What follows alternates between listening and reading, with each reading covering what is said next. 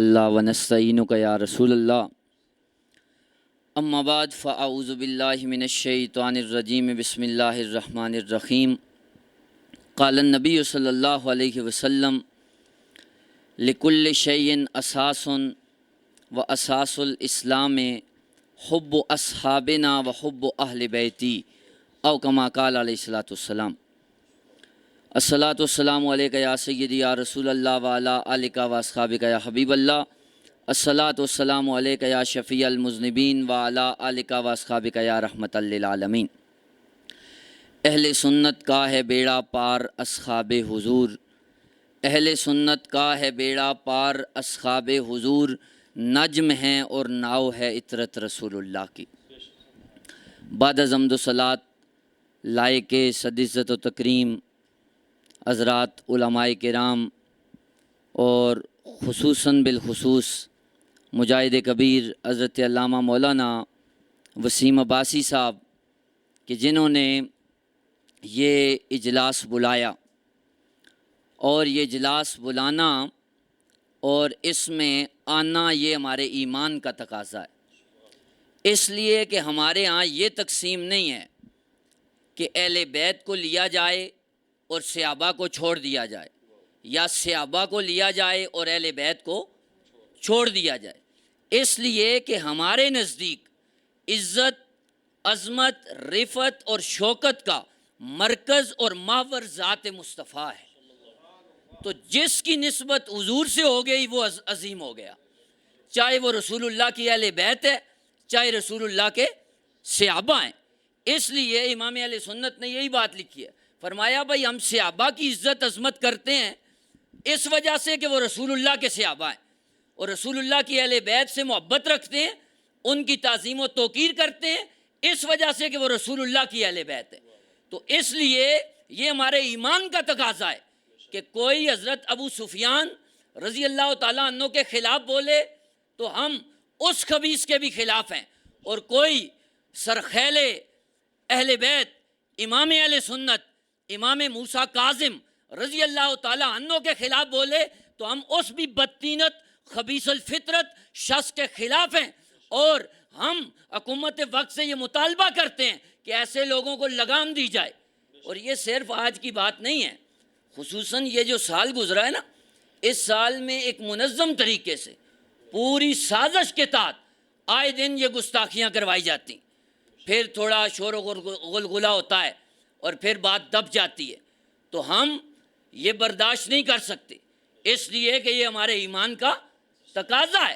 اور رسول اللہ کا یہ فرمان ہے، حضور نے فرمایا لکل شیء اساس و اساس الاسلام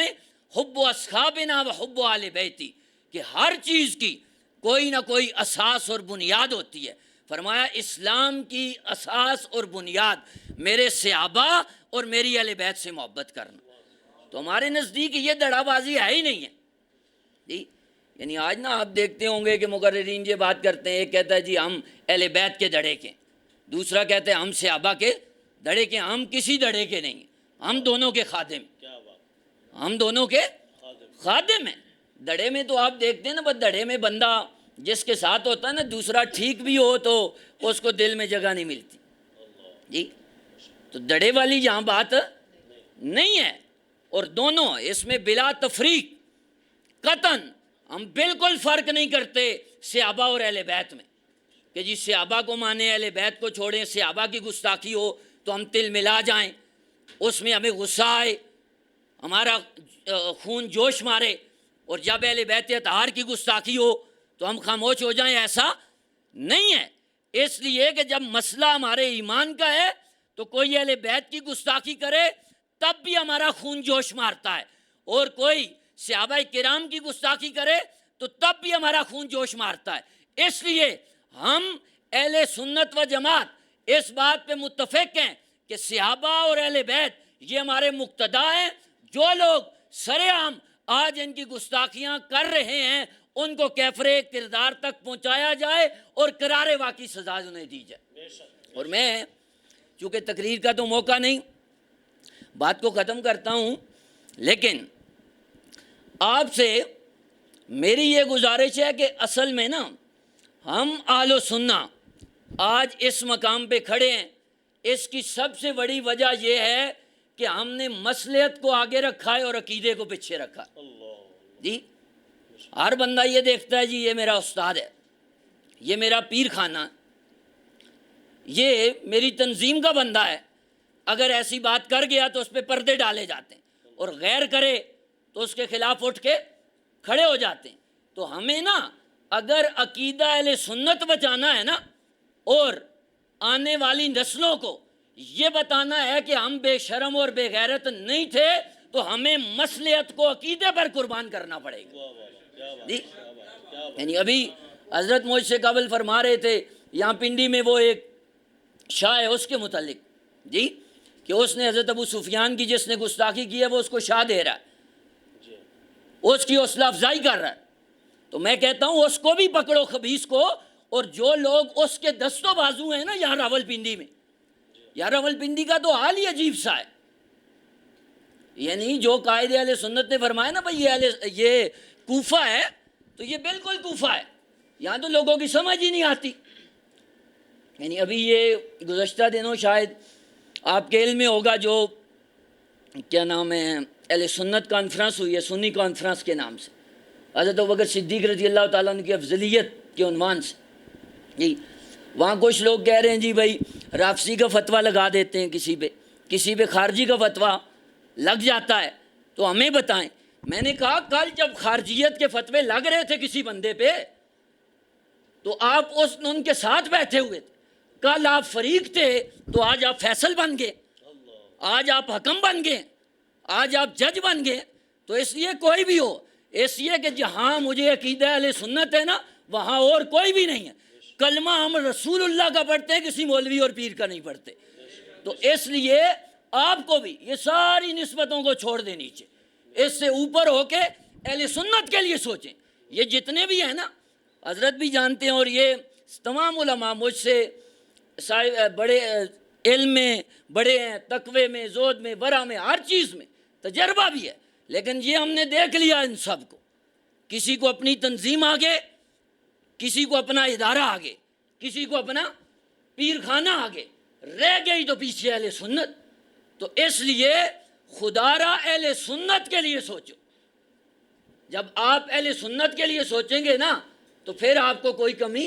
نہیں ہوگی۔ باقی آپ اکیلے بھی نکل جائیں نا تو